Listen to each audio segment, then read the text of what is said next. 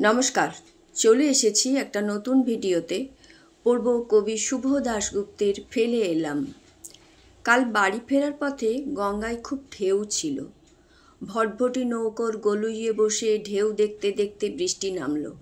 নৌকোটা দুলছিল বেশ ডাইনে বায়ে। যাত্রীরা কেউ কেউ খুব ভয় পাচ্ছিল। কালো আকাশের বুক চিরে একটা বাজ পড়ল কোথাও। ভয় আমারও হচ্ছিল।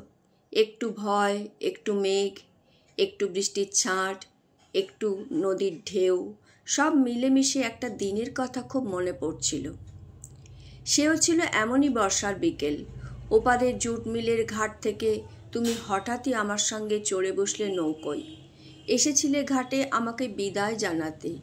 সেদিনও এমনই দুর্যোগের বিকেল। তুমি পাশে বসলে। ঢেউয়ের দোলায় তোমার শরীর ছুঁয়ে যাচ্ছিল আমায়। বৃষ্টির এলোমেলো ছাঁট পাগল হাওয়ার দাপটে ছড়িয়ে পড়ছিল তোমার অবিন্যস্ত চুলে, কপালে। ভিজছিলাম আমিও। এত অদ্ভুত ভালো লাগছিল, এত অচেনা একটা ভালো লাগায় মনটা ছটফট করছিল। ওই মেঘ, ওই বৃষ্টি, ওই ঢেউ, ওই দুলুনি, সব মিলিয়ে তোমার পাশে বসা আমি সেদিন যে কি চঞ্চল। সেদিনটার কথা, সেই মেঘমেদুর বর্ষণমুখর বিকেলটার কথা বারবার কাল মনে এসে ভিড় করছিল। এমন বৃষ্টির সময়ে এর আগেও তুমি পাশে থেকেছ, হেঁটেছ, বিকেলের জনহীন পথে কিংবা রবীন্দ্র সদনের বিশাল চত্বরে, কিংবা ভিড়ে ঠাসা বৃষ্টি বিপর্যস্ত রেল স্টেশনের প্ল্যাটফর্মে। তবু সেই নদীর ওপরের বৃষ্টিমাখা বিকেলটা কাল আমায় নৌকোর ওপরে ব্যাকুল করে তুলেছিল।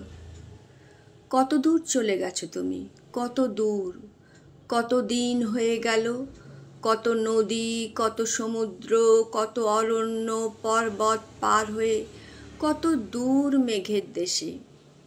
যাবার আগে অনেক অনেক কষ্ট পেয়েছ।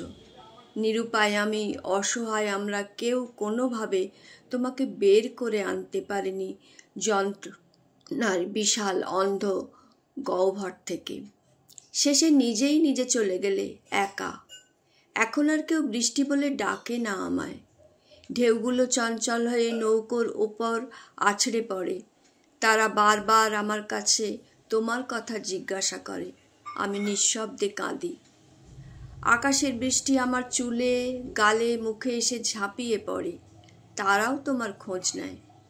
কাল এপারের ঘাটে পৌঁছে দেখলাম বৃষ্টি ধরে এসেছে, মেঘ সরে যাচ্ছে। আবছা চাঁদ ধীরে উঠছে মেঘ সরিয়ে। তুমি কোথায়? ওই দূর নরম আলোয়, নাকি মেঘে, নাকি বৃষ্টির ফোঁটায়? কে বলে দেবে আমায়? পড়লাম কবি শুভ দাশগুপ্তের ফেলে এলাম।